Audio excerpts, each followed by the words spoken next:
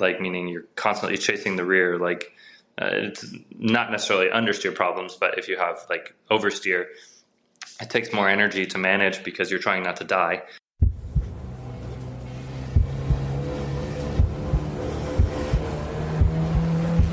Green flag. Welcome to the Blind Apex Podcast, where amateur club racers tune in to get faster.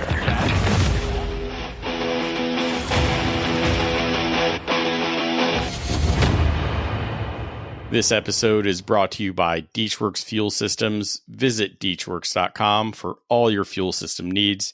I'm your host, John Turk, and on this episode of the Blind Apex Podcast, we're going to talk about being the best endurance racer you can be and some mental training for all race car drivers out there, because I'm pretty sure it applies to all of us, especially when we have some level of ADHD.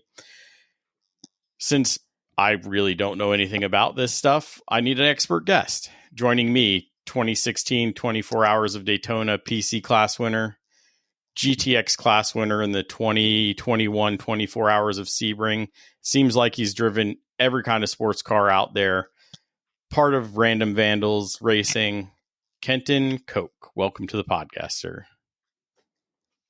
Hey, yeah, good to be here. I think the GTX, what I forgot what that one was. It's it has you listed as the 2021 24 Hours of Sebring winner for that class.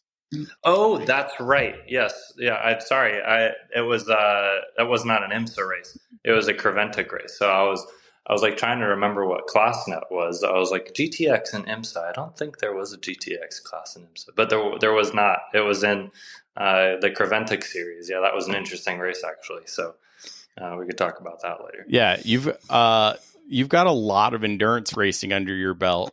Let's get into your background. How'd you get into racing in general?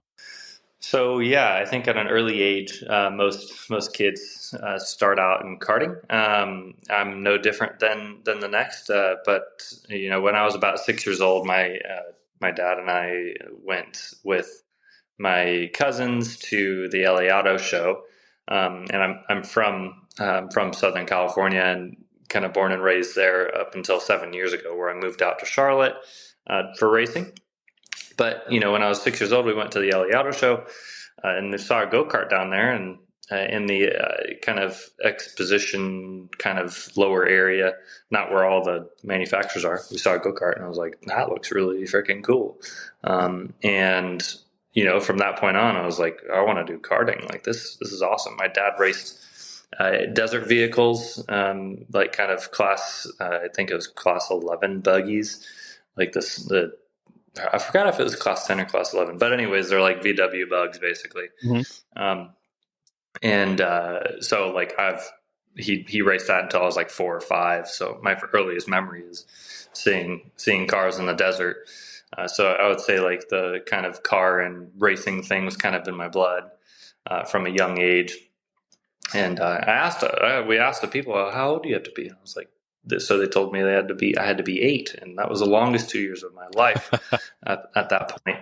Because the day I turned 8, I asked Dad for a go-kart, and once Christmas came around, Santa came with a go-kart, and then, you know, pretty much from there did karting up until I was 16. Skip Barber had a scholarship system with Mazda that made it feasible for people that are not super wealthy to be able to then progress through motorsports if they can earn their way through it. And thankfully, I won some scholarship through one of their shootouts at Skip Barber's and did their regional series, and then won their MX5 regional series. So on to MX5 Cup, and won MX5 Cup, and then IMSA Lights, and then won IMSA Lights, and then did the 24 Hours of Daytona. And then that was kind of where my racing career continued, and I was able to kind of get myself to a point where I was able to sustain myself then through coaching, and then from there, opportunities from coaching leading into endurance drives, because today we have a world where it's a lot of pro-am racing. Mm-hmm. Drivers, co-driving with AMs that, it makes it fun. You get to get to learn from one another, and it gives that person a good bench line to be able to learn from each session and moving on from there. But yeah, and it's just fun to be able to compete against your peers as well in that type of competition. But yeah, that's kind of been my career in a nutshell. Yeah, that level seems to really emphasize teamwork, right? So how do you set up your team? How do you set up your drivers? How do you order them around, and who's going to do what when it's not mandated by the organization during the race? So sorry, you were cutting out a little bit there the last 10 seconds. Let me remove my video and see if that helps. I think it's helping. Okay. I just think that's a really interesting type of teamwork, right? So you get your amateurs, your pro. You have to figure out how you're going to organize the team. What's the driving order? Those types of things. So, I think that's a really interesting way to go about it. Yeah, it certainly wasn't the way I was planning to do it, but I had to figure out a way to stay in motorsports somehow. And from a young age, when I started in Skip Barber, all these instructors were there, and I'm like, man, that looks like fun. So along my progression up the ladder system, I was kind of starting that instructing side of things and coaching side of things and developing that skill. And then was able to build clientele and eventually have clientele to support myself and continue on with the career.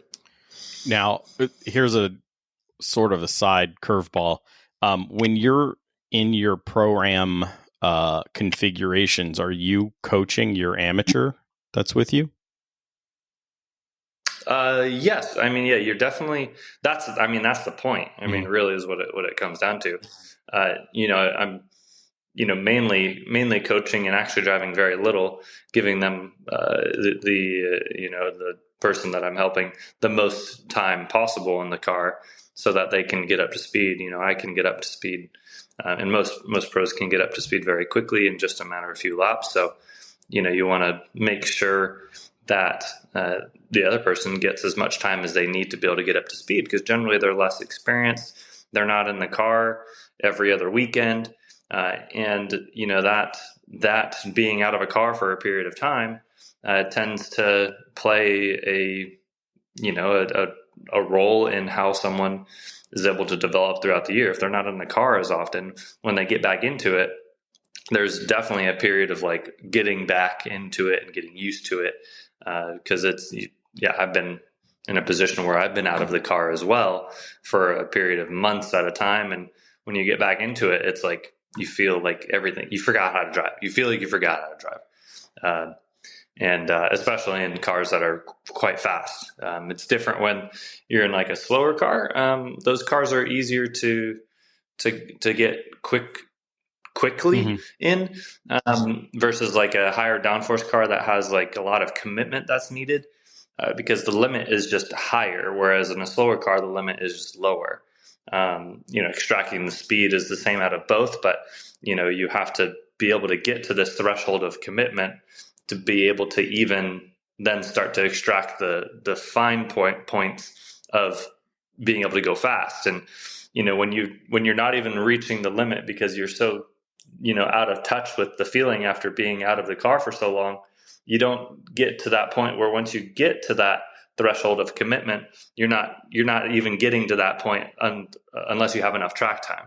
So that's kind of the thing that these guys are dealing with, is that when they're out of a seat for that long, they're just trying to get to that commitment, and giving them as much time to get to there so we can work on the fine points is what allows the weekend to go well. Yeah, and it's good that you pointed that out, that the discrepancy in the speed of the cars and the types of the cars. So the high aero, the faster maximum commitment cars, finding that 1 or 2 mile an hour every corner when you first get back is a search, right? It's a long search to find that. So they really need to stay in the car as much as they can. So let's talk about that a little bit. What kind of qualities and skills should an up-and-coming endurance racer really be working on? There's a lot of skills that are needed to be just a racing driver in general. Even, obviously when you're doing endurance racing, you have co-drivers. When you're doing sprint racing, you're not having co-drivers. So one, you can be quite selfish. The other, you have to be a lot less selfish. So you're working with others. So therefore you have to be able to work with them in a way that builds everyone up. And, if you are acting selfishly, most people won't want to drive with you. So you've got to be able to work cohesively with others and understand how to work with others so that you can get the most out of the situation. So understanding different personalities is really important because, if you have some introvert working with an extrovert, those two personalities generally don't get along very well in a working environment. And if you're able to understand that, and you don't take things from the other type of personality in the wrong way, you're able to really then understand how to get the most out of that situation because you know how to interact with someone with opposing personalities to you. So that's where it's like really important to just have a good understanding of the type of people that you are surrounded by, and how you can best work with those folks. Obviously, driving is a big part of it, but by that point, there's a lot of guys that are fast, and being fast is almost the easy part, if I'm honest, because there's a lot of guys that can drive a race car, but there's so much more to just that. You have to be able to develop the car. You have to be able to, within a stint, you have to be able to manage the car, manage the tire, manage the fuel, manage all of these things that may equate to a better strategy in the end.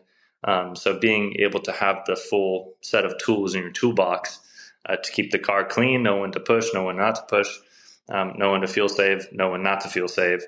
And having a good team behind you to give you the information that you need is obviously very critical in that phase because you don't have all the information at your disposal. So that's kind of like that's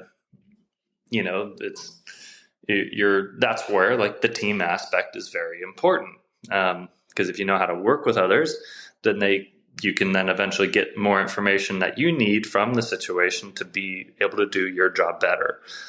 So it's all about the people.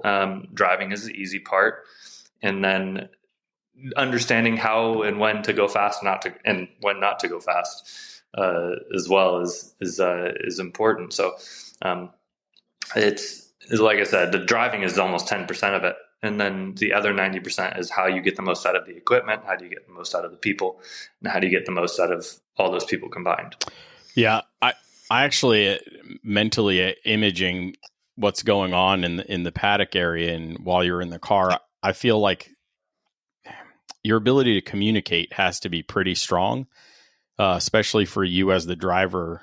You're managing the vehicle and possibly having to communicate back and forth with your team. So there's like a level of trust and then a level of concise communication that both sides need to have with each other.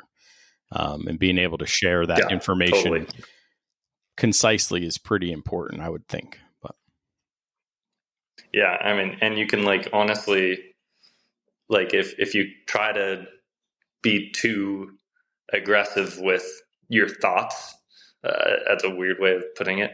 But when I say that is like when you feel strongly about something and you feel like you're correct and you're right, how you portray that is very important to not be someone known as the demanding human. But, on the same token, you have to know what battles to fight if you are in a program that is newer to you so that you can build that trust.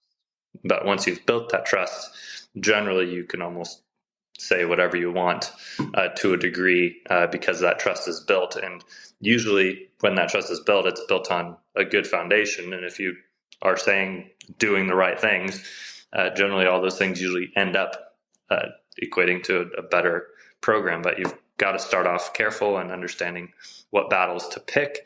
And this is actually the most important thing, is knowing which battles to pick that are most important to be able to progress things efficiently. Because if you, for example, there's, under the tent, there's a lot of things that go on under the tent. There's the setup of the car, people, how they set down the car, and there's that process, right? And then there's the, the part where there's the kind of a hospitality snack area. And, if you're a driver coming into a situation and, there's like not a snack that you like or something, and you're like, man, I wish we just had better snacks, like maybe the snacks aren't things that you need to be complaining about, right. Like maybe there's more important things that, are going to equate to a more productive time. Like say you see a setup pad that's like a little askew and it's not on its marks, like, or something like that. Maybe you mention it to the engineer or something like that. You're like, hey, I noticed when I was out there, like I saw something maybe not quite right with how the set down was occurring. And when the set down is not correct, like sometimes that can totally mislead you. So it's just, there's little stuff like that. For example, I'm not saying like, I'm just giving that, as an example for, what's important versus what's not important. Correct. Being able to know those things is really important. Yeah, and the more, as far as the snacks go, because I'm a big snack guy, I'll be openly honest with that. They are important, but you have to remember, especially when the more professional you're trying to make your team, or you're on a professional team, the snacks are probably not going to be M&Ms and Snicker bars all the time, So yeah, if you're a sugar junkie, bring your own. Yes. Yeah. Bring your own snacks if you have a specific want. Yeah. They're more worried about your hydration, your nutrition level, your, electrolytes being square, especially if you're going to do multi-stints in a car, things like that, or you have to worry about that. And in all your intake, right? Not just the water you're drinking, but correct, the food that you're eating. So I think some people skip that and they're like, man, I really wish I had that Snickers bar. And I'm like, it's probably not what you need right now. It's 100 degrees outside. You don't need sugar, but some people still want it. But some people need it. You never know. We talked about some qualities for sure and skills. But you on your website talk about physical fitness. Can we talk about that a little bit and that approach for driving? Yeah. I mean, as you probably can't tell, but obviously I'm sitting in a chair right now. But I'm 6'3". I'm a tall human, and I weigh a lot just because I'm a tall person. I'm 200 pounds with everything on me, and it's like relatively lean for a person who's 6'3". And there's not much weight that I could lose if I wanted to. But also at the same time, when I'm going to the gym, I'm not lifting big weights because I don't want my muscles to get big, because that's just going to weigh more. And as a driver, you want to try to be as light as possible, because generally in pro racing, they don't consider the driver in the total weight of the car. So when they have minimum weights, it doesn't include the driver. It's only the vehicle. So if you're competing against some European kid who's 5 foot nothing that weighs 60 kilograms, and I'm weighing 95 kilograms, that's a big difference. So you have to try to be as lean as you can, obviously within reason. So there's the lean side of it, obviously, but then there's the actual fitness level, and most of it's cardiovascular, core strength, and neck strength.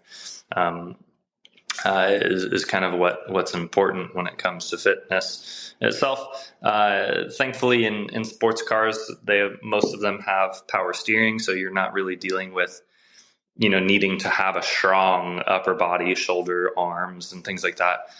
So you can generally be leaner and not need the strength for that. So I'm kind of riding my bike, doing some jogs, doing kind of body weight workouts and things like that.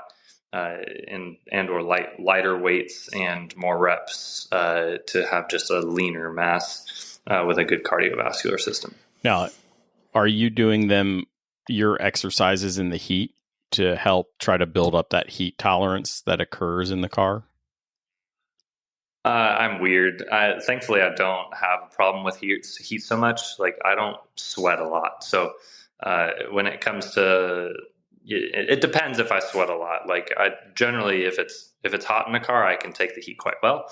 But the only time that I really start to sweat is if the car is freaking hard to drive. Like, if it's a GT3 car and the car is hard to drive, like, meaning you're constantly chasing the rear, like, it's not necessarily understeer problems, but if you have like oversteer, it takes more energy to manage because you're trying not to die, and like it just takes more energy out of you. So you're thinking more, your adrenaline's pumping more because you're just managing a car that's difficult. And that's why, like, it's important when you're setting up a car make it to be easy to drive over the course of a stint. And if you have the choice of making it sharp to turn versus maybe doling it out just a little bit to have a slightly more stable car, it's going to make the fitness side of things a lot easier on you because you're not going to be dealing with a car that's trying to kill you. But yeah, I deal with the heat quite well. Oh, that's good. I don't, so I run a cool suit and some other things. So, but yeah, if anything, I try to not have a cool suit because I think it's for babies. But I think it's also that's like a general thing that some drivers like to say. They're like, "Oh, I don't need a cool suit," like, and they're all macho. But I also am on the other side of it where I'm like, if you need it to go fast, like, that's important. Like, that's really important. So don't listen to the naysayers. If you need something, that's going to work for you. So for me, I don't have a problem with heat, so I don't like to deal with the extra cables when you're trying to do a 15-second driver change. Right, for sure, yeah. If you're doing a driver change that quickly, that extra set of tubing is a little bit of a pain. But yeah, that's the main thing. You did talk about the mental focus, and so I think that's a good transition to go towards your mental prep that you also talk about on your website. So what sort of mental prep and training do you think helps drivers? I feel like the mental side of things is obviously a big rabbit hole, because it's different for every person in different stages of their career and life, because you're worried about different things in different parts of your life. So it's important to be, confident, obviously, and if you have the confidence in yourself, then you shouldn't have these lingering thoughts in the back of your head that are always doubts, because the doubts can get in the way of your focus. So it's important to have the confidence, obviously, but that confidence, sometimes you have to earn it for yourself, because every driver is always questioning their abilities, no matter what. So it's difficult to be mentally strong sometimes if you're always questioning yourself. But the only thing that you can try to get from that, how you earn that confidence, is to try to ignore everything, essentially, when you're in the car, and be strictly focused on the job at hand. There's this book that Dr. Jacques Dallaire has made. It's called Thinking Fast, and he does a good job of essentially, laying it out in almost a mathematical sense of how to try to focus your thoughts. His equation is A times B equals results. The A is everything that's in your control, and B is everything that's out of your control. And, the more that you can focus on yourself, usually the better the result will be. If you start to focus on the other thing, everything that's outside of your control, it tends to affect the other and affect results. So, if you're in a race and you're thinking about, I need to get to the lead, rather than like thinking about how you're actually going to do that, is going to be more productive to the end goal. So being able to have control over your thoughts and your emotions, in a car to be able to help you be able to get the most from the situation is going to be critical. So, I had a moment in my career, and when I was in MX5 Cup, it was a night and day thing where my brain switched from thinking about everything else to thinking about only what I'm doing, and I saw a direct result from that being on the podium, barely, because I overdrove the crap out of the car, dropping wheels everywhere, making mistakes, ended up back to sixth, then back to third, and luckily just finding my way back on the podium. But we were the fastest car on track. Like, we should have won. The car was great. The car, if the car can do it, the driver should be able to do that. So thankfully I had a really good car. But I was just thinking about everything else. I had so much pressure that I was under because I was thinking about the championship and the points and how you can get more points for every lap led. And if you get fast lap, you get a point, and all these things. And I had just won the MX5 series leading to MX5 Cup. And if I didn't win the championship, I was hosed. That was it. We can't afford to go racing at the next level. My parents, are upper middle class people, and they're able to support racing to a limit. But if I crash or something, we're done. If I don't win the championship, I'm done. I'm going to college. I did go to college, but I'd be going to college and actually trying to use that to get a real job. That's a lot of pressure. A race car driver is a real job. We just don't all have that job. Yeah, exactly. Yeah, it is a real job. But as a 20-year-old kid at that time, literally 10 years ago now, it was it was a lot of pressure. So I was thinking about, I've got to figure this out. I got to do it, and that affected how I drove. Mm-hmm. I made mistakes, and it wasn't a thing. And Dr. Lair was there, and he was like, "What were you thinking about?" I'm like, literally freaking everything else. And then the next race, I was off pole, and was just worried about getting a good start, executing the next corner. Where's the gap? Okay, the gap's the same, but if I just focus on driving the best that I possibly could, then the result will just come. And I won the race pulling away. And then that was the moment from there on that I felt was kind of the change in mentality for the rest of the year. And we went on to win the championship before the final race of the year. So it was a good year. And that was kind of where my mental strength kind of changed and was like, okay, you know you can do it. If you just focus on these things, then the result will happen. So long as you focus on these things, you'll get the most out of yourself. And whatever, if you get the most out of yourself and the car is crappy, or whatever happens, you run out of a tire or you get a flat or something, at least you did the best that you could. And that's the question that you should be asking yourself every single time, no matter what the situation. Did you do the best that you could? And if you made a big mistake or a little mistake or whatever it may be, but you in hindsight reflect and you're like, yeah, I learned from these situations, but in the moment that was the best I could do, you should be happy. For sure. And so you made mention early on in this conversation about trying to push to get to the front instead of thinking about the steps to actually do it. So you're consumed with the overall thought to get to the front, where you should be going, okay, I have this many cars in front of me. I have this many laps left. Let me start picking them off. How can I start picking people off? And actually focus on an achievable task instead of the big task at hand. And I think that's pretty important when you're looking at things in the cockpit itself. You want that one step at a time, and you will get that emotional positive feedback by getting that next step, right? So say you're in fourth, if you can pick off the car in third within the next couple of laps, you get that emotional bump and hopefully focus on the next one instead of going big.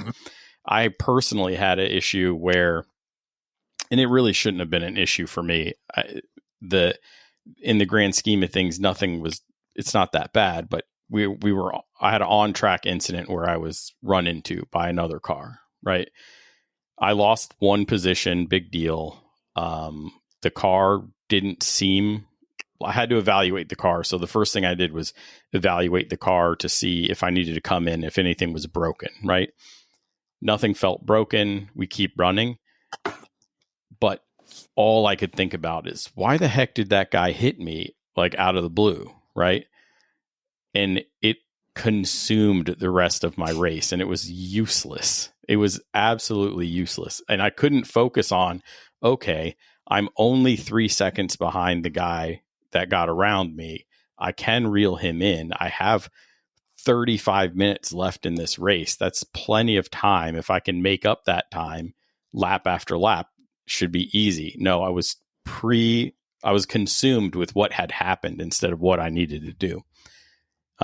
Exactly. And I think that, yeah, you're heated. Yeah, I got hot for no reason when that was in the past. And sure, the car needs work, but it's not the end of the world. I can still continue racing. Instead of continuing racing, I was dwelling on what had happened, and that was a terrible idea for me. Mm-hmm. So, but hit the nail on the head. What kind of mental training do you do? Race. Just race? Or? Yeah, I mean, it's as far as the mental training is experience, if I'm honest. So as far as like away from the track, obviously sim racing is a thing that you can get your reps in, which is a mental challenge of sim racing, because it is all mental, because, you don't have so many of the tactile feelings from, the sim. So, you're thinking quite a lot on how you can execute and get the most from the sim. So yeah, I mean, sim racing is very helpful for getting those reps. Very important. I think that's probably one of the best tools, if I'm honest, for that. But obviously, to take advantage of a sim, you need good equipment to be able to get the feeling from the sim. If you have a G25 or whatever Logitech system, like with a spring brake pedal and no force feedback, like, you're going to be it's going to be very difficult for you to get the most out of it, just because you don't have the tactile feeling, versus like having a good load cell brake pedal and a servo-based direct drive motor. Those two things, really those two things, having a direct drive motor and then a force feedback brake pedal, or not force feedback brake pedal, a load cell type brake pedal, will allow you to connect with that sim much easier than having crappy equipment. So you've got to have something decent to be able to take advantage of that tool to then be able to do the reps, and then obviously try to learn from that as you go. So understand what weaknesses you have in the car. And honestly, there's some good tools out there that are that you can actually get some good help from, like those tools being like there's like a test that you can understand yourself and your personality a little bit more, to allow you to know your weaknesses ahead of time, so that you can kind of reflect on those things to be able to know what you need to focus on. Yeah, that's you can look those types of things up, but because there's a few of those types of things that you can do. Yeah, I think it's important to know yourself, because we're all different, right? And we all react to situations differently. So to learn that, and then start preparing for what your weaknesses are, that's a key, right? To all of this is, what you do well, may not do well, or maybe we both do that thing well, but not something else. So, and we'll be on different, what we don't do well, we could be on different spectrums, right? I could be doing a terrible job at getting into the zone when I strap on my helmet, where you do a very good job, or better than me, but not as good as you want to be, so we have to understand where we all are in our own space, so to start tailoring some of this to ourselves. Yep. And sometimes it takes time. So you can't rush it. Can't expect greatness in a day. Like, you have to be able to have patience with yourself to understand yourself more. And like I said, it's reps. It really comes down to reps and self-reflection and being able to be critical of yourself. So if you can be critical of yourself, not point fingers at others so quickly, and have that ability to reflect, you're going to learn much quicker. Yeah. And to the rep side, there's the adage that says the amateur does it until they get it correct, and the professional does it until they can't not get it correct. So they get it, they practice until they're right every single time and not just one time. And so when you're working on your mental game, when you're working on your focus and getting into that bubble, into that zone, or whatever you want to call it, it takes time. It takes repetition, and it takes, in my opinion, it takes hard work, because I get scatterbrained way too fast these days. But and Ritalin is not a solution. I mean, it may be if the medical doctor said so, but unless you're prescribed it, don't take it. But I know there was some of that going around 20, 30 years ago in racing. They were chewing on pills to help focus, and instead of doing the work. Yeah. So, but yeah. So, did you have any other potential examples or things that people could think about working on their mental game for racing? I mean, I can think of situations that have happened in the past with others that have also caused like in your case, where you had contact with someone and that person and you yourself kind of fell apart essentially mentally and stopped focusing on the job at hand. And then, I've got examples of those for sure. Cause that's a real thing, is being able to control your emotions. And, I've had, situations where, I've tried to pass someone and, they turn down, or I'm next to someone and we have a little rub, and, cause when you're racing hard, sometimes, you're not always not going to have contact, but, it's racing. Obviously there's a point where if you outbreak yourself and drive into someone, that's a different thing. But if you're on the apex and someone runs you tight and you rub a little bit, that's hard racing. Right. But sometimes people can take hard racing as any type of rub very strongly, and it can really affect someone. And it's not necessarily done on purpose by the overtaking driver, but the person on the outside, they have contact. You have to understand how to kind of take that, to understand the reps and the reflection, to know and have put yourself in situations where, if you're on the outside and someone touches your door, like, what did you do? Did you run him tight? Did you turn in on him? Did you give him space and he just hit you? Like how you react, like in the moment, based on those factors will, tell you how you're going to then drive from there on. Like if someone comes up the inside of me and I give them the space, I'm like, okay, I give them, a car width and a little bit. And I'm like, I ran them tight. And if I get rubbed a little bit, like I'm literally turning into the corner, almost expecting it. And like, if I like expect it and then it happens, then I'm like not frustrated or angry about it at all. Cause I'm like, well, I gave him only a car width and 2 inches. He used up the 2 inches. Like, okay, I get it.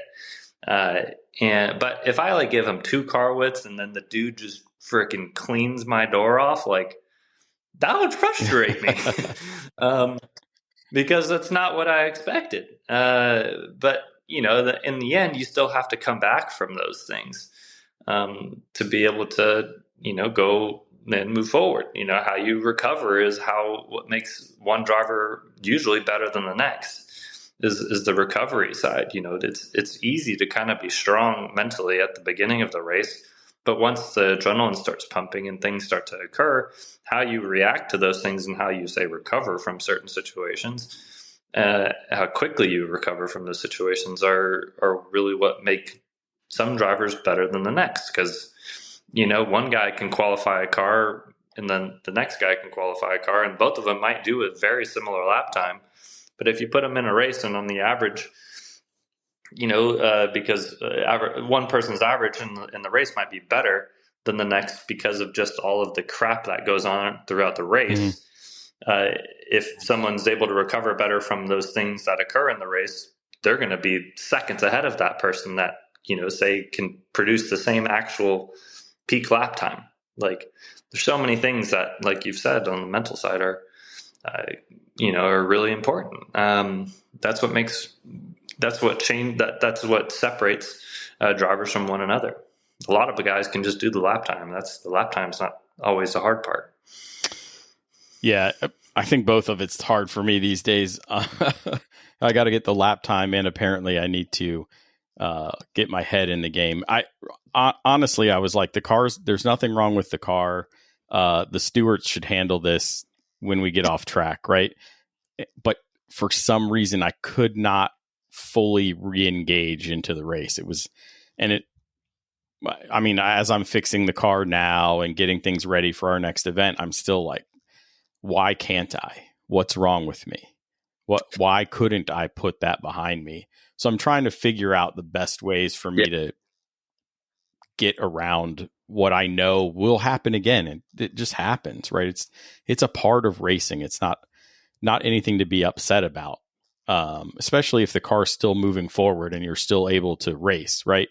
I should be able to let go and race. You brought up a good point. You brought up a good point about how you're like, I'm still thinking about the lap time, and that just triggered my brain thinking again, because there's bandwidth. Mentally you have X amount of bandwidth, and there's a lot of that bandwidth taken up to do certain things for different drivers. If you're focusing 100% of your energy on just driving fast, 100% of your bandwidth is being utilized to go fast. Now throw in someone next to you. Like, you have to portion some of that off to understand how to race a guy. And when you can understand how to have more bandwidth, which again takes reps, because as you get more and more experience, you start to be able to focus on more and more things. And that's like so important. And like being able to increase your bandwidth. And that bandwidth is only going to increase with time. So, if you're getting overwhelmed, on a race start, for example, that's normal. It's very normal. But, rather than thinking about, how fast, you need to be going on the race start, you're focused on your proximity to other cars and, looking ahead, trying to understand what might happen ahead of time. And like all of those things take up bandwidth. And if you get overloaded, sometimes you freeze and you make dumb decisions. And if someone has contact with someone or, a mistake happens, it's usually because someone is overloaded on their bandwidth, and it's never intentional. Most humans don't wreck other people because they meant to do it. It's different with Austin Dillon and Joey Logano. That guy destroyed that guy. He meant to do that. But, for the most allegedly. And right. But yeah, you get it. You understand what I'm trying to say. Absolutely. Bandwidth is like huge in the mental side of things. Being able to increase that will allow you to make better decisions. And that decision making is like I said, for me, the fast part is obviously one thing, and that takes a certain amount of bandwidth for me to produce a lap time. But when it comes to like then the craft on top of that, I'm using my head as a form of, 0%, 100%, right?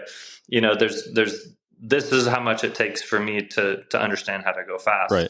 And then the rest of it is used on how to like get by someone, how I, react to things, how I, feel safe, how I manage the tire, how, when I do the driver change, what is the process that I need to do to be able to put the belt up here, and loosen the belts here, move the steering wheel up, push the pedals or pull the pedals to, put the car in neutral, hit the car on the board. Like there's all these things that are going on in your head. And then there's the speed part. But, for yourself, it sounds like, that takes up a little bit more. Right. And then there's not as much headroom for the rest of that. And like that part, if you can, either just make it more so that you have, excess, that's how you're going to make better decisions. But yeah, you need to understand the bandwidth and know when you're overloaded. And when you figure out when you're overloaded, that's when you're going to be able to like pull back. Maybe I'm in a situation I should not be in. Let's get out of this situation so that I can rethink what's going on here. There's 3 cars ahead. I don't want to go middle of 3 wide because I know right now I can only control my car within a certain room. And I need to know where my limitations are. And like, that's what you need to know. You need to figure out what your limitations are.